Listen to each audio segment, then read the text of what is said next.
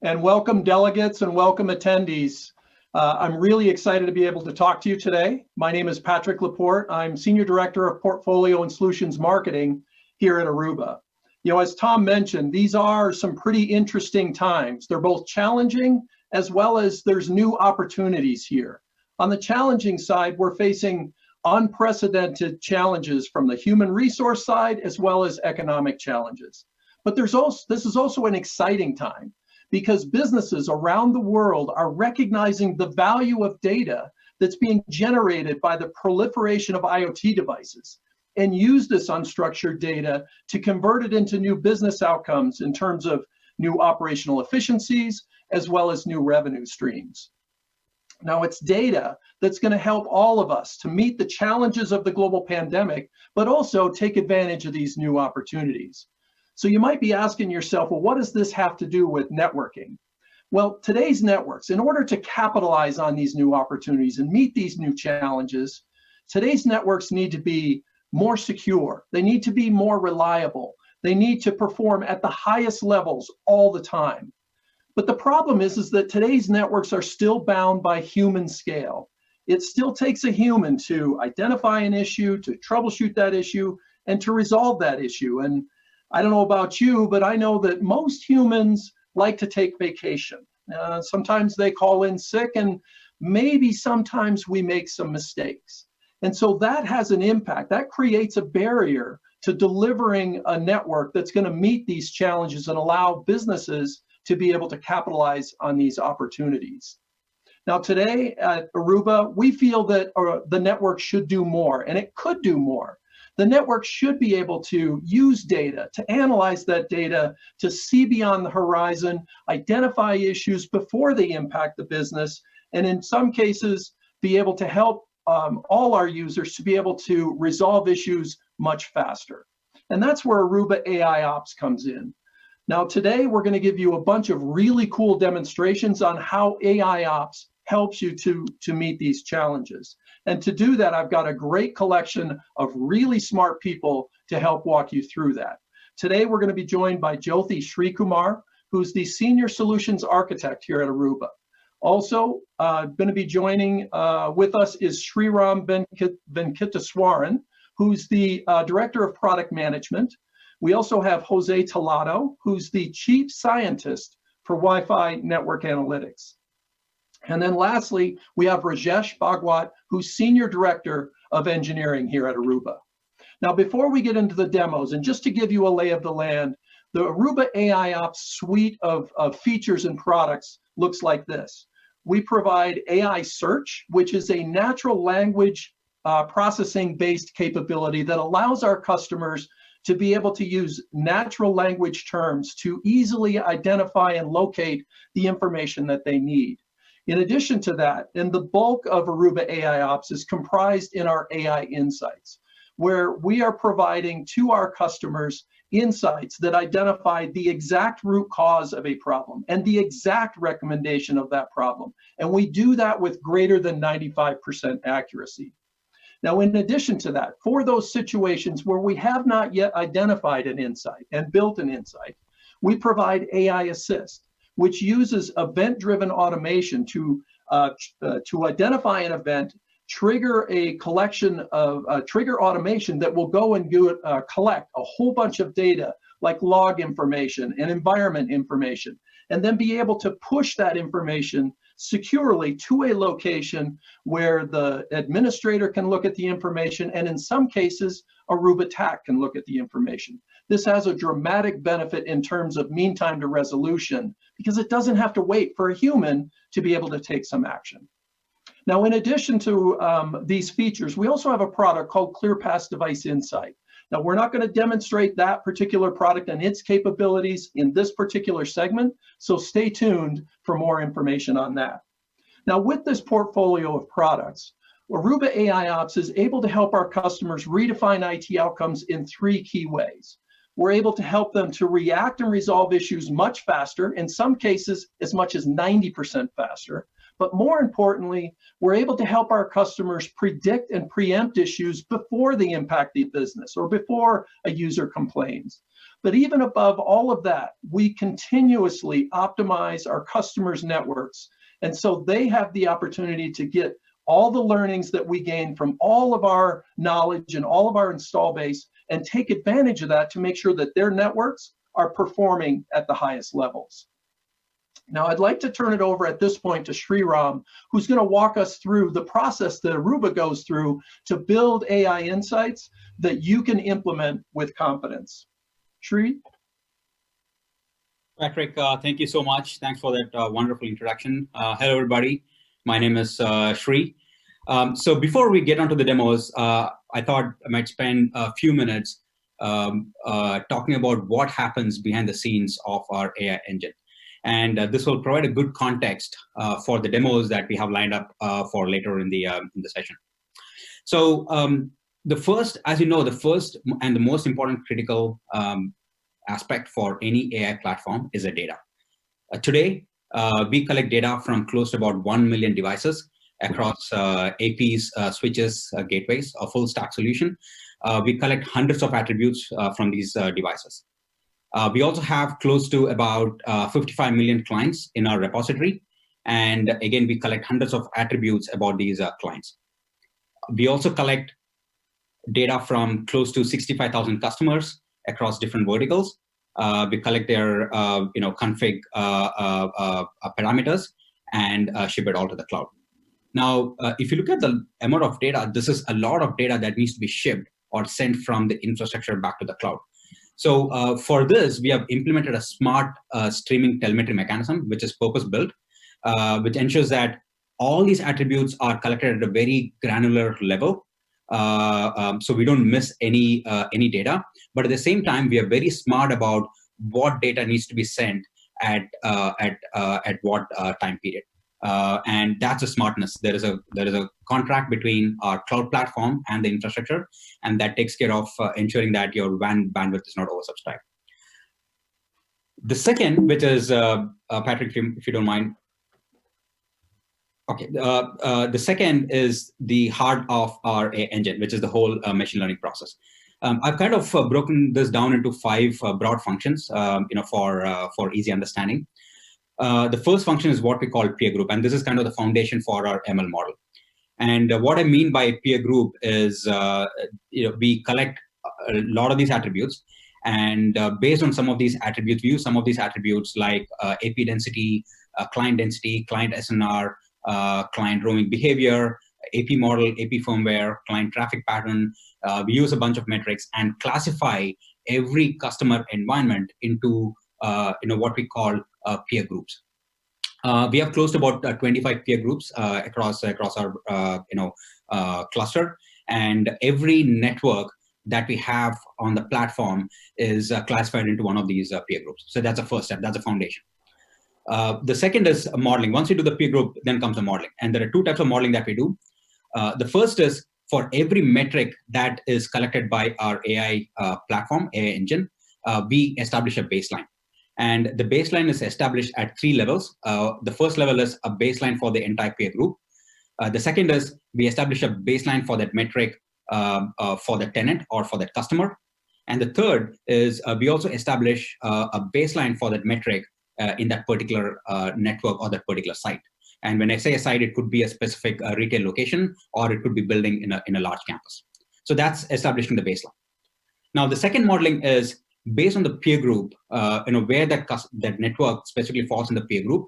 We try to predict the outcome for any possible config. So, for example, the model would say, if you configured your TX power as X, what would be the outcome, right? Is that optimized? So that's a model. Now, out of this comes the action, right? The first is anomaly detection. Anomaly detection, as you know, is whenever the performance metric deviates from the baseline, then we call out an anomaly. And the severity of the anomaly is dependent on the variation from the baseline. And we do that for every metric that is captured by the system, and we do that at every device and every client level. At every device and every client level, the metric is captured. The second is recommendation, right? So as part of the config model, we come up with a recommendation based on a network's current configuration. We come up with a recommendation of what should be the optimal config for that particular customer network to optimize in it, to optimize their performance. And finally, the last is retraining the model, right? So as we get new clients, as we deploy new technologies like 11ax, new AP models, new firmware version, we feed this data back into the machine learning so that the peer group classification is recalculated and the model is rebuilt. So it's a continuous learning process. And then, so all of this happens in the backend, right? This is not, I mean, these are completely hidden from what the end customer sees. This happens in the backend. And what end customer sees, or the way they consume this, is through AI insights. The first is anomaly detection. So we tell you if there are connectivity issues, RF issues, network health issues, a switch, a gateway across the entire network stack. We call it anomalies. Second is recommendation. Based on the customer peer group, we tell you what the optimized configuration is across wireless, wired, and gateway. We'll show a demo, and then the goal for this is to ensure that we get increased client performance and improved network availability. All right, so now let's get to the demo. We have some pretty cool demos lined up. The first two demos, Jyoti will be walking you through the first two demos. Essentially, we'll walk through how our AI engine helps resolve issues quickly by identifying the issues, giving out a root cause, and then providing an option for the admin to go fix the issue immediately. Right? And then we'll also talk about how AI Assist helps in reducing the root cause analysis of complex problems. And then I will actually walk you through the other three demos, which is passerby traffic, config PX, and peer baselining. And these are problems that we solve for real customers that are using Central. So these are going to be great demos. So Jyoti, on to you for the first set of demos. So let's get started. So the first demo that I'm going to walk you through is one that Sri mentioned. It's an issue that is being reported at a particular site where clients are not able to receive a DHCP IP. And we'll see how AIOps helps you root cause the issue. First of all, identify the issue, then root cause it, and also give you a recommendation to fix that issue. So let's log into Aruba Central. And this is the network health dashboard for Central. And once you log in, you'll see your entire network layout and the different sites that you have deployed. Let's go directly to the site that we know is reporting issues. So once I get to the site, I know by the color of this pin that there are potential issues that are being reported at this site. I can hover on this site, and this gives me a high-level view of how this site is doing, certain key parameters that indicate the health of the site. And one of them here is the user experience status for this site. So user experience is being reported by UXEye sensors or user experience sensors that you may be aware of. That's part of the Aruba product portfolio. The UXEye sensors are like small client devices, Linux devices that can be placed in your network. They behave just like clients in your network. You can program them to run various tests in your network. And then once these tests are being run, the status of these tests are now reported back into Central. So what we are seeing here is at this particular site, there is a UXEye sensor deployed, and it's trying to connect to the network, but not able to receive a DHCP IP. And that's the status that you see here. Along with the UXEye sensor status, you also see an insight that has been generated. So let's look at the insight. That takes us to the AI Insights page, and you immediately notice that there is a DHCP timeout insight that has been generated for this particular site. Let's click on the insight, and that will give you more details. So to start with, we have already identified the reason for this insight. which is a DHCP discover timeout caused by a missing VLAN at the network. Further recommendation shows you that the missing VLAN or the VLAN misconfiguration has been found on a switch that is deployed at this site. And then we have also gathered additional data in the form of packet captures. And finally, we also give you a recommendation, an option to make these configuration changes based on the recommendation that we have and apply these config changes directly on the device. So let's click on the apply fix option right here before we go and analyze the insight a little bit further. So let's understand how this insight works, right? So when clients try to connect to the Wi-Fi network and receive a DHCP discover timeout, the access points at this site see that event, they report it back to Central. The AI Insights engine that is part of Aruba Central sees these failures, multiple of them, and identifies this as an anomaly. And once that anomaly is detected, it generates an insight. Along with this insight, it also does a bunch of network checks in the background. For example, it will check if DHCP server configuration is all good, the scope is defined correctly. It will also try to verify if the specific VLAN that these clients are using to connect is configured correctly across all the devices at the network. And that specific check fails, and that's how we come up with the recommendation to configure the right VLAN on the switch. So apart from the reason and recommendation, we also give you a trend chart view of the failure. So in the last 3 hours, the problem has been reported fairly recently in the last 1 hour or so. And we provide detailed impact analysis. So you can see the access point, which is sending out the DHCP timeout events. You can see the clients that have tried to connect to the network and were not able to receive a DHCP IP. And finally, we also give you the specific VLAN that has been that is misconfigured on the switch, which is causing the problem.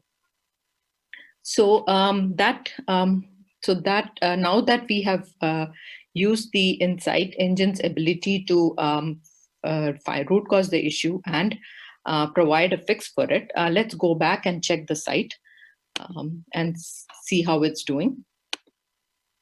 Let's go back to the network health dashboard one more time. So the Insight Engine's, the UXEye Sensor continues to run its tests. And what it is doing is now it has tried connecting to the site. This time it was able to receive a DHCP IP and successfully connect to the network. And that notification has now been sent back to Central. So Central's network health dashboard now notifies that the user experience at this site is all good. So that was one example of how UXEye integration and the power of AI insights lets you identify the issue, find the root cause of the issue by running network checks in the background, and then based on the network checks, gives you a recommendation of what kind of changes you need to make in the network so that you can quickly make those changes and fix these issues that happen in your network without it having a severe impact on the user connectivity. I'll pause here for questions, if any, before we move on to the next demo. Yeah, I have a question for you. Mm-hmm. What components, licensed components from Aruba do you need in order to do what you just accomplished? Sri, yeah. Keith, I can take that. This is Sri here. So today, if you look at Central, we have the license. We have what we call the device management license, which allows you to attach devices. So everything that you see here will be available as part of the the basic foundation license. The second is obviously if you want the UXEye sensors, right? So we have a separate. So you have to deploy the UXEye sensor, which is separate hardware, and you also have to have a subscription for the UXEye sensors, which is separate software. So those are the two components that you need for what is achieved. If you didn't have the UXEye sensor, then The insights that you saw, which is the ability for the system to detect missing VLAN, being able to apply, all that will be available to you. Sorry, could you clarify that? Do I need to have a UXEye sensor to get that insight, or could I see if a laptop or a mobile phone was not able to get an IP address? So the UXA sensor is not required to see the insight. The UXA sensor is only required if you want the status of UXI to show up on this dashboard right here, right? If you didn't have the UXA sensor, everything else that you see, like for example, the insights, that is going to be available, right? You will still see the insights show up on the platform, because the insights are generated based on the telemetry data coming from the infrastructure, from the AP switches and gateways. So the UXEye sensor, I'm sorry, kind of re-asking this, but the UXEye sensor only gives you that the user experience is good right here on this map. I mean, what's the added advantage of actually having the UXEye sensor as opposed to just the equipment reporting into the insights here? So obviously UXA sensor is our separate. I mean, it's a full-blown sensor that will where you can do a test, right? Where you can schedule tests for different applications, right? So it's got its own separate dashboard. Yesterday we showed in Partha's keynote, we showed a demo of UXEye. What we're doing here really is we are tying both together, saying that, hey, if a customer has UXA sensor, can we pull that information, the high-level status from the UXA sensor dashboard into the central dashboard? So from a user standpoint, you have a single dashboard that gives an overall view of how my network is. And if something is bad in UXI, you will obviously be able to click and get to the UXA dashboard for deeper drill downs. Yeah, there's just to characterize it slightly differently. So UXI is great for analyzing from a user-centric standpoint. The sensor simulates user activity and then records that information on a continuous basis. AI insights are based on the network side of things. So as Sri said, it's collecting telemetry data from the infrastructure, reporting it up, looking for anomalies. If there's a deviation, an insight will appear. And so what we're showing here is the collection of both of those elements, the user side of things with user experience insight and the network side of things through AI insights. Does that help? That's perfect. Yeah, so I'm just glad to hear the UXEye sensor is being utilized going forward. It's a cool product. So thank you for elaborating on that. Yeah, thanks Mitchell. And there's more stuff that we want to talk about in the future. We can't talk about today, but there's some really cool stuff coming down the pike. That's what I want to hear. Thank you very much. That's awesome. And if I could just ask a quick question, is it configurable how the system surfaces up? And so if I could get the same information from the UXEye dashboard versus the network side of the dashboard, how does the system decide what to show me, or can I configure what it's going to show me? I.e., if there's a bunch of mobile devices that can't get where DHCP isn't working, is the network alert going to show me, or is the UXEye going to show me? How do I configure that so I'm not getting a ton of alerts at me? So this is Sri. I can take that. So you can actually configure alerts on both the platforms. So on Central, you can actually configure very detailed. We actually give you very granular level on how alerts are generated. And we can even integrate it to your NOC platform like Snow, and we can we can go very granular, saying, okay, if there is a connectivity failure or DHCP failure at this site for a certain amount of time, or it fails for a certain number of time, only then you generate an alert. And when you generate an alert, we can also send a notification via email or through webhook streaming to any of your NOC platform like Snow, IBM Netcool, which a lot of customers do. And same goes with UXI, right? So UXI also gives you a way to configure alerts and really control what alerts are the things that needs to be highlighted or notified to the admin. I've got a question. What is the density requirements of the UXEye sensors for deployment through the nature of the mobility of clients, how they view what the clients would actually view in a mobile environment. So, Sri, if you, there is a ratio, a recommended ratio. I'm trying to remember because I haven't looked at this in a while, but I believe it's a 5-to-1 ratio of one sensor for every 5 users. And Sri, I don't know if you know any more about that, but I believe that's the general rule of thumb that we go by when we first, when customers are first starting to scope the implementation of UXEye. That's in the highest density. In the lower density environments, the ratio can go up and sits around 10-to-1. That is correct, Patrick. That is correct. So, for example, we have retailers that have just 2 or 3 APs in a retail location. They would deploy one sensor in every retail store. In large campuses, we have seen anywhere between 1 for every 5 APs to 1 for every 10 APs. So we've seen both both deployments. And I have a question real quick. Are all of the sensors that you offer for sale, I just double check but I want to make sure that they're all basically still the same size as an access point. So when you say the ratio is 5-to-1 or 10-to-1, that's a pretty big hardware footprint, correct? That is, so the sensors, we have a dedicated sensor platform, which is, purpose built for a sensor. I think if you had watched the Partha session yesterday, we actually launched the new sensor, hardware, which is much more sleeker. You can just put it on a wall, mount it on a wall, or mount it on a desktop to replicate the client location experience. So it is using a different radio. It's purpose built for being a sensor. And again, can you talk about the radios that are incorporated into the sensors in a little more detail? So, Patrick, unfortunately, I'm not the expert. Patrick, do we want to just follow up offline with this? Yeah, I think we're going to have to, Jason. Neither Sri nor I are real experts in UXEye.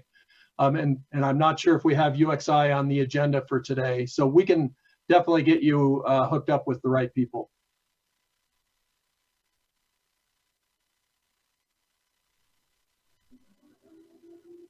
Awesome. Any other delegate questions? All right. Well, in that case, Jyoti, you want to keep going? Yep. Thank you. So let's move on to the next demo. So the previous demo, what we were showing is an issue that was caused by misconfiguration or deployment issue. And these kind of problems are fairly simple to identify and even to fix. But not all problems that happen on a network are that easy to identify root cause and fix. There are several complex network topology where you would need to collect logs from multiple network devices and then look at them in a particular sequence so that you can see the sequence of events that happened resulting in that issue. So these kind of problems to help quickly identify and analyze and resolve these kind of problems, we have introduced a new feature in Aruba Central called AI Assist.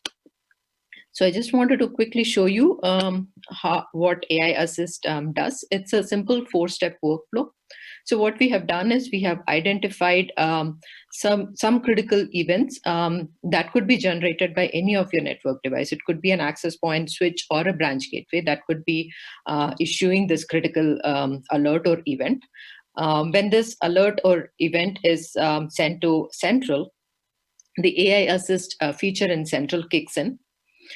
For each event, AI Assist has a troubleshooting service associated with it, which decides a troubleshooting recipe. And what's included in that recipe is a set of logs and other data that needs to be collected for this specific event. So AI Assist gets triggered based on the event, collects all this data, and then uploads this data along with the metadata, which is all the contextual information related to this event, and uploads this into a secure location. And once this is done, AI Assist also sends a notification to Aruba support along with the location of the where this data has been gathered and uploaded, so that TAC can now access this data, analyze it quickly, and get back to the network administrator with a case ID or further analysis of the data. It could also TAC could also provide a recommendation or a fix for the issue. So let's look at this, how this works with Central. So again, once you log into Central's network health dashboard, you will see a notification icon here that shows you any critical alerts or AI Assist events that were triggered in your network. Click on the AI Assist and that will take you, sorry, we are running an early instance of this, and that's why excuse some of the glitches. But once you go to the AI Assist tab, that lists all the events that resulted in tag notification or data collection. So what we are looking at here is a tunnel state change event that triggered AI Assist. So this is a full SD branch deployment where you have branch gateway devices connecting to VPNCs sitting in a data center using an IPsec tunnel. And what we are seeing is that IPsec tunnel was flapping. So this is a fairly complicated issue. And when network admin, in order to to root cause this issue, will need to collect security logs from the branch gateway, the VPNC, WAN uplink status, a bunch of other stuff when the issue occurs, because it might be an intermittent issue, and then call Aruba support and provide all this information. With AI Assist, as soon as this event was noticed, we started the process of data collection. And you can see under the dynamic logs that were captured, the list of CLI commands that were run to further help debug this issue. Now, you have the option to download this as a tarball, or you can also email this data off. So I just want to say real quick, that's pretty cool that you can see that just by mousing over it. That's pretty slick. Yes, you can see all the entire list of commands that were run. And now in the email, you can also see a lot of metadata that was collected for the event. So now you don't have to send all of this information back and forth. You already have the site name, the group name, as well as the device type. When did this event occur, exact device MAC that was involved, and the CLI commands that were run again here. And then finally, you have a link to where all of this data is tarred and uploaded.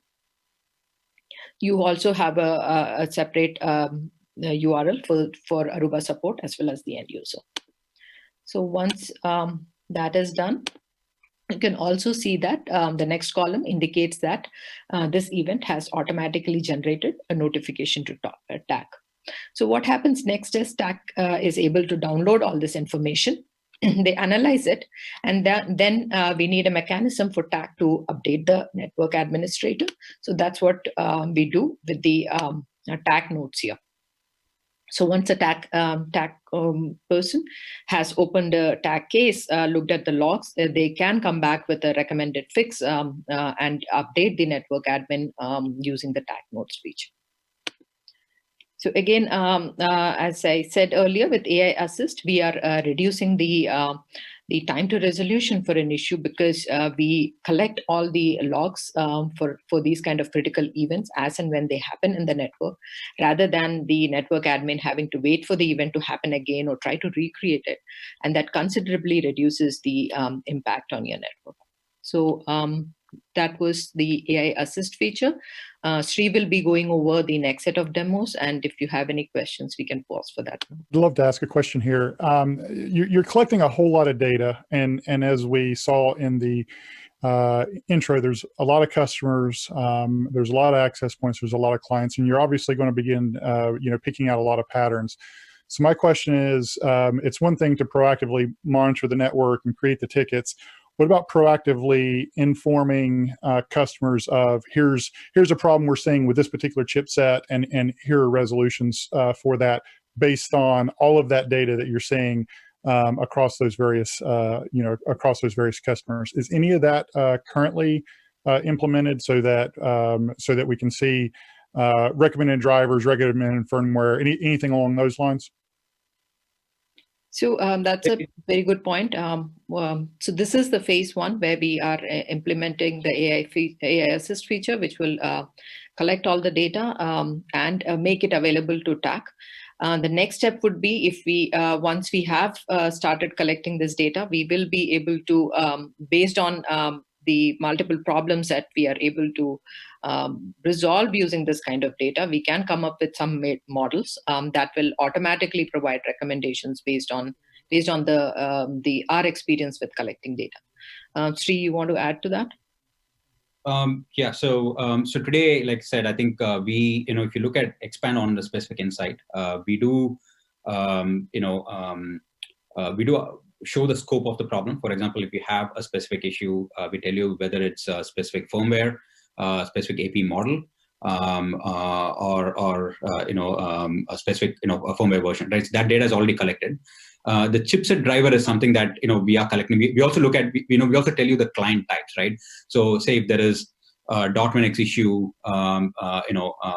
that we see in a network.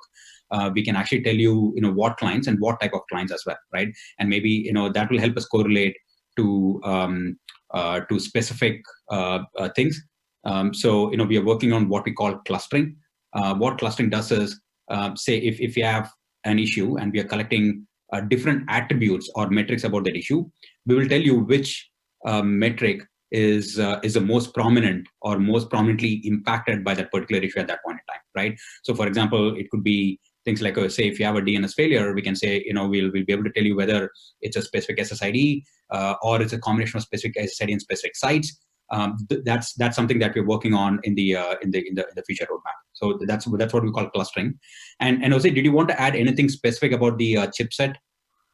Yeah. So if the issue is on the AP side, we already have been doing this for years.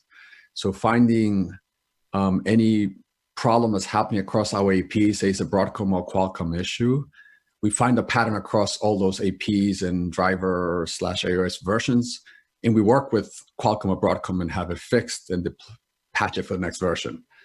So that we've been doing for years. If it's a specific driver on an Intel card on the end customer device, we currently don't point that out, but we have the data for it and we're working on it. So if it's on our end, we fix the product. If it's in the client device side, we currently are not reporting it, but we will soon.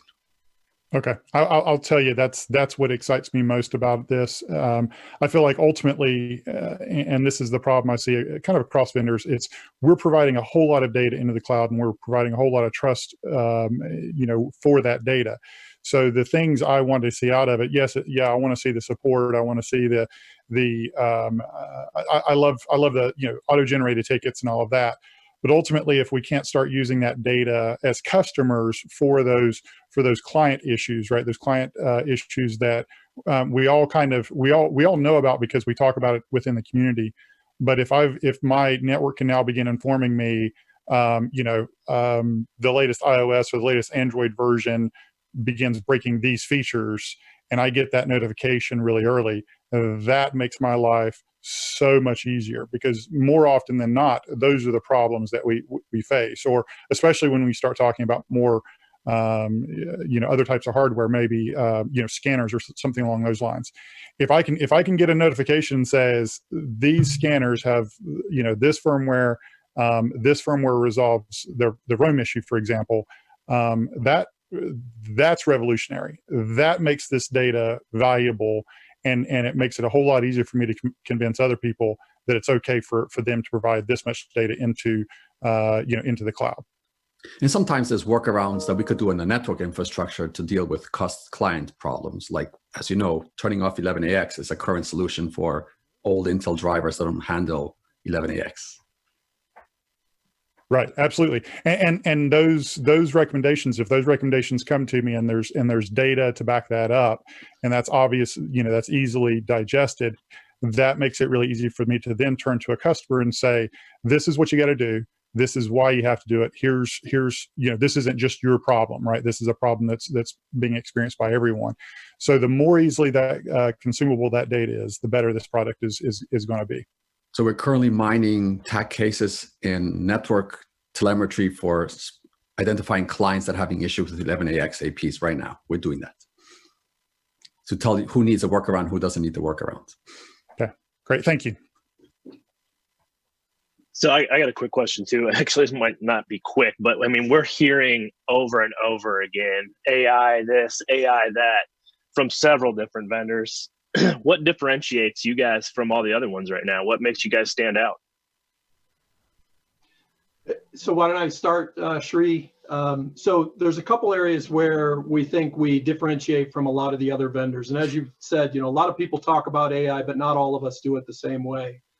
What we're able to do is, because we've been doing AI-enabled capabilities since 2014, what we're able to do is identify the exact root cause and the exact recommendation. And we do that because we've got, as Sri mentioned, we've got a collection of a very large volume of data, a very great variety of data, and we've got the domain expertise to look at these models, apply our recommendations, test those models, and then be able to produce recommendations that we will not produce unless we're sure with greater than 95% accuracy that these will have at least a 15% improvement in a customer's environment. So those are the two bars that we use before we even deliver an insight to customers. I think if you look at other solutions out there, they use data analytics and they provide recommendations on where issues might exist based on percentages. But we take it to the next level and not only provide those recommendations to the exact level, but then also wherever possible, we're starting to take action. Like Jyoti showed you the apply fix button. Well, imagine a scenario where you can have a configuration that says, just fix it and let me know next time. Don't let the human get out of the loop. Now, that's a cultural shift that's going to be required for a lot of our customers, but that's the kind of mechanisms that we're building into our AIOps to help our customers, identify these issues and resolve these issues faster. Sri, anything to add? No, I think that was a great summary. The other thing I would also add is, we are also in a unique position with ESP Launch. We are unifying the infrastructure from wireless, wired, and gateway. So, and also from security standpoint, right, the device inside. So we have a unique opportunity to provide context across these different elements in the network, and provide those insights that you may not be able to if you're just looking at one part of the network. I think that is there are a lot of things that we're working on around that specific, how do we correlate information that is collected from different systems, including UXI, and use that to provide insights, which is again, like I said, I think data is going to be very critical for for generating building AI ML models. And I think we are in a very, very solid solid state as compared to other competitors, especially about the data. I think what, for me anyways, is that I don't understand about AI, and this might be just overthinking it, but just user environments. The user environments are so drastically different. So where an anomaly for one user environment, is an issue, might not be an issue for another one. So obviously, AI being what it is, it should be able to learn that. But it's just, can you elaborate on that? How that works? How does it take that information and mold it specific to the user? How long does it take for it to learn this type of thing? Like how does it differentiate whether it's an anomaly here and not an anomaly there? Yeah. So Jose, do you think we should just go through one of the actual? So Michelle, one the way I think a good way to answer that is we solve some real life problems where we use model, and maybe we should use that to kind of explain how we have built the model, how do we detect those anomalies, and Jose, please add here. Do you think that would be a good way to answer this? Yeah, Like, you could go through an example, but clearly that's a good question. What is an anomaly for a service provider outdoors, it may not be an anomaly for classrooms, right? You're totally correct. So that's what goes back to what Sri said earlier. We do not, when you build a model for stadium, it's based on stadiums. When we build a model for dorms, it's based on dorms. The peers have to have similar features. Otherwise, the SNR distribution is very different for a stadium or service provider than it is for a dorm or for a library. So yes, an anomaly for one will be totally normal for the other. So yes, we cannot compare stadiums and libraries in the same bucket and model them jointly. Hey, Sri, would it help if we showed the baseline demo? Is that a good vehicle to help answer Mitchell's question? Absolutely, yes. So, so Mitchell will actually go through some demos, and maybe I think that'll help clear or answer some of the questions that you might have. So, History, just to add to that, right? I mean, to the point that Jose is trying to make about different environments and how the models don't apply across environments, right? One of the differentiating factors for Aruba has been just the availability of large amount of deployments and the ability to collect that data, right? I mean, that's actually huge in terms of how we are able to differentiate from our competition in terms of having ability to collect all these data from different environments so that we can build these models and really differentiate ourselves in terms of the specific problems to the vertical that are applied. And she mentioned earlier that we have these 25 environment classes that are used for doing peer comparisons and baselines. Mm-hmm. And yes, of course, if there's a new environment for which we don't have enough data, we don't have enough support in the model, we won't actually try to detect anomalies. If we go to a totally new environment, we have no peers on it, we won't start triggering anomalies based on peers. We'll just do anomalies based on your own environment. We have checks for that.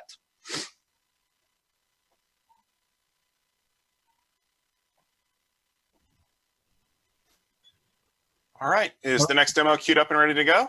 Yeah, all right. So Tom, this is Sri. I'm going to go through the next set of demos. We have about 12 minutes left. I see the time, and I'll try to go through these demos quick, and I'll give time after every demo for Q&A. So the first demo I want to show is what we call the passerby clients. So again, this was a problem that we hit with a large retailer that was rolling out, that was replacing an incumbent solution with Aruba. They had about 1,000+ locations, nationwide, and they're always complaining about passerby clients. I mean, passerby clients are clients that could be in your parking lot or at the light, connecting to your indoor access point because the signal just leaks, and that brings on the entire performance of the network down, right? As you know, the RF is a shared spectrum, right? So now, how did we approach and solve this problem when we started deploying this, right? So when we started collecting data, I think the first thing is, okay, if you look at this insight here, right, at a very, how does the end customer consume this is, we have an insight that says outdoor clients impacting Wi-Fi performance. And we give you exactly the reason, and we tell you the recommendation, right? We tell you exactly that, hey, you should change your probe threshold and auth threshold from 13 to 13 from 0, which means that you're not allowing clients beyond a certain SNR to connect to the network, right? So that's essentially what this is doing. So where is the ML and AI in this, right? So to be able to do this, the first thing that the system has to do is to be able to detect a client as indoor client or outdoor client, right? Because without that, your recommendation can be all over the place and might not be accurate. So in order to determine whether a client that is connecting, whether you want to when a client connects, the decision is, should I allow that client or not, based on whether that client is indoor or outdoor. There are multiple ways to detect whether a client is indoor or outdoor. The first is very simple static rule base, which says, hey, if I see a client below a certain signal threshold, then mark him as outdoor, right? But that doesn't work. We have seen that doesn't work. We have seen clients in retail environments that are sticky, that stick to a single AP even when they're far away. So if you have a static rule, then most likely you are going to be disconnecting a lot of your corporate indoor clients as well, right? And this is where we applied our ML model. What we did is we looked at different attributes like the average time the client is spending, the SNR, the number of APs seen by a particular client, the rate of change at which the client was seeing different APs, the rate of roams. We looked at all these metrics and then built a model which will predict whether a client linked to the AP is indoor or outdoor, right? So that's how we classify, indoor minute and outdoor minute, and that's where the ML comes in, right?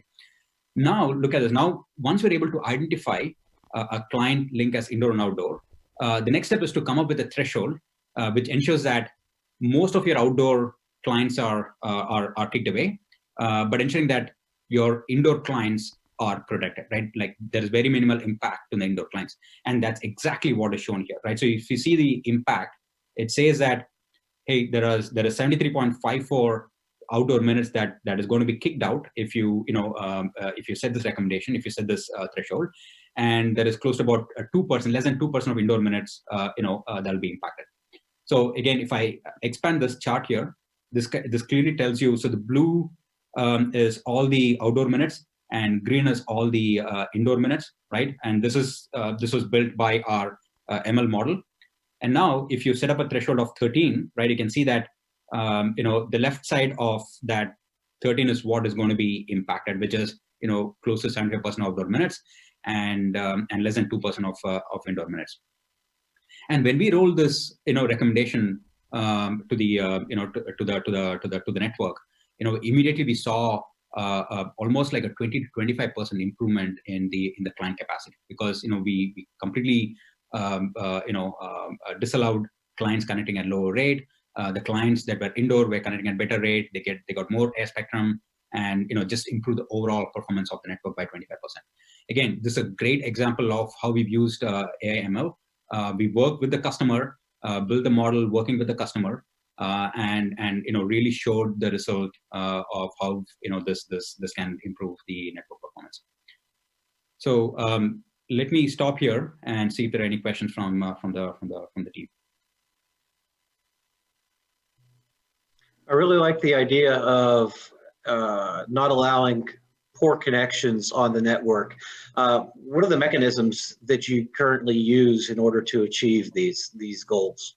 So we have what we call the RSSI Pro Threshold and the Auth Pro Threshold. So when the client probes and sends an auth request, if it is below a certain SNR, we don't honor them. That's what we use today, and that's the exact recommendation that you see here, which is the Pro Threshold and Auth Threshold. Thank you.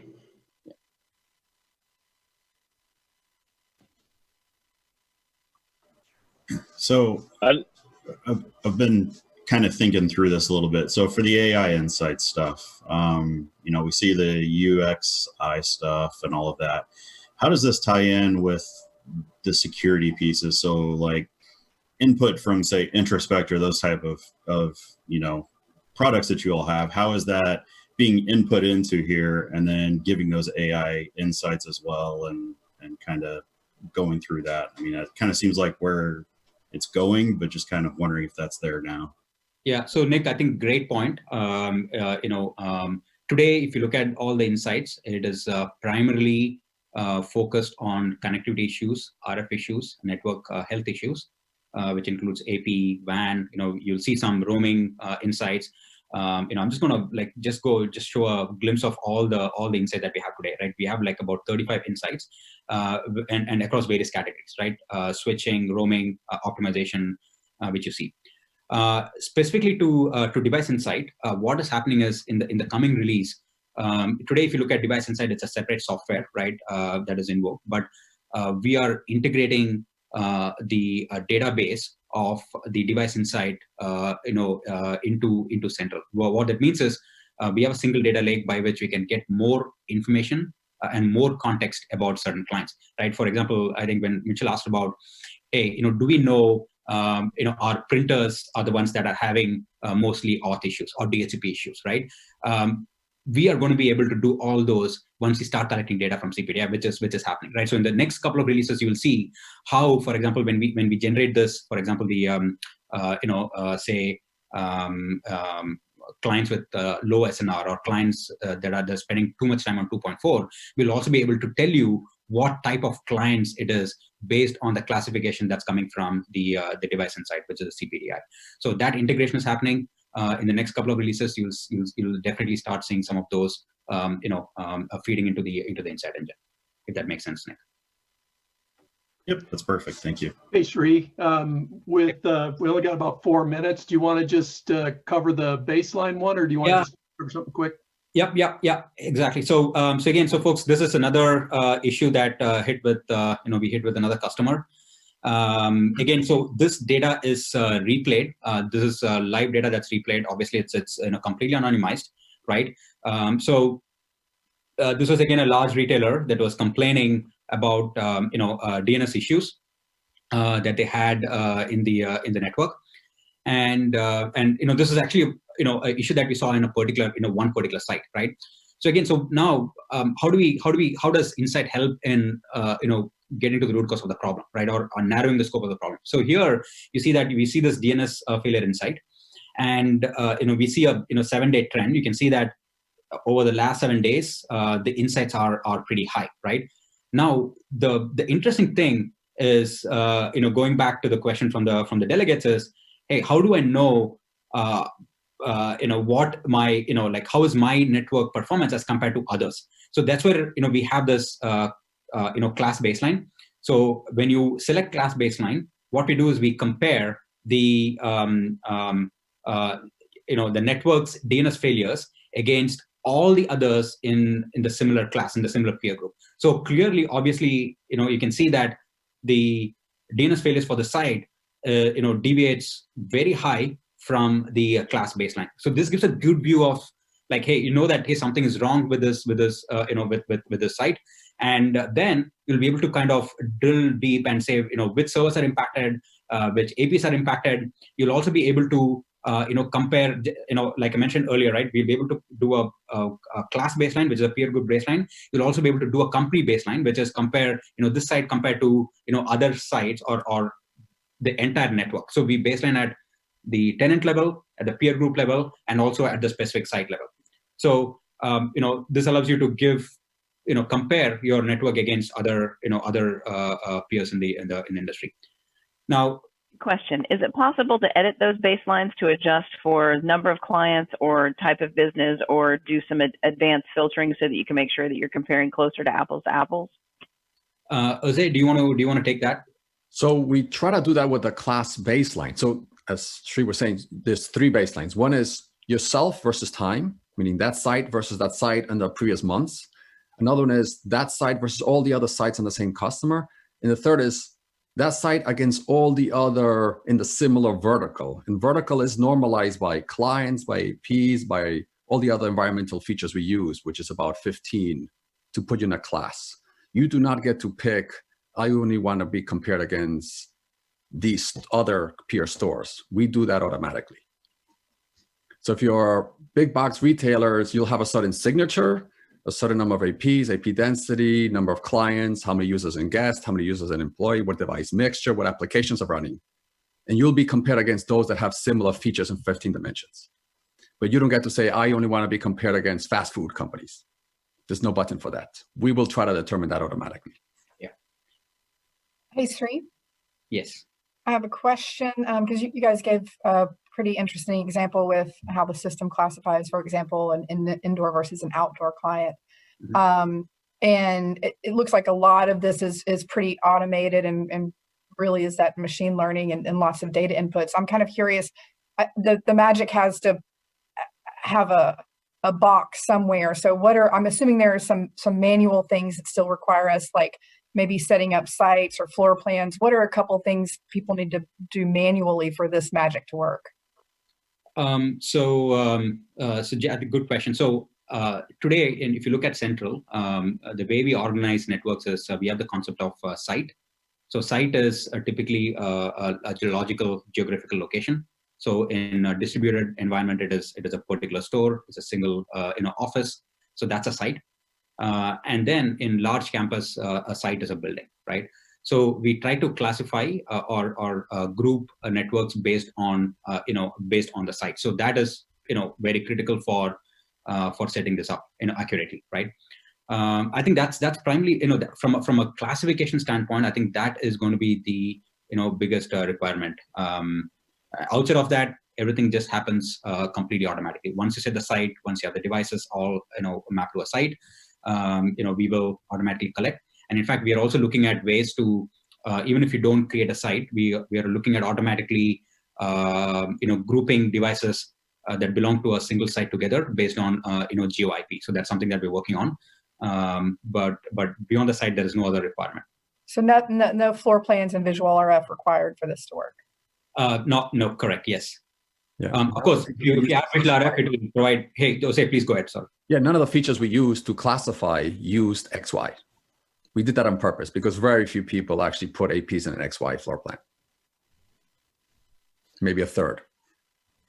But if they did in high volume, we could enhance the classifier based on the XYs.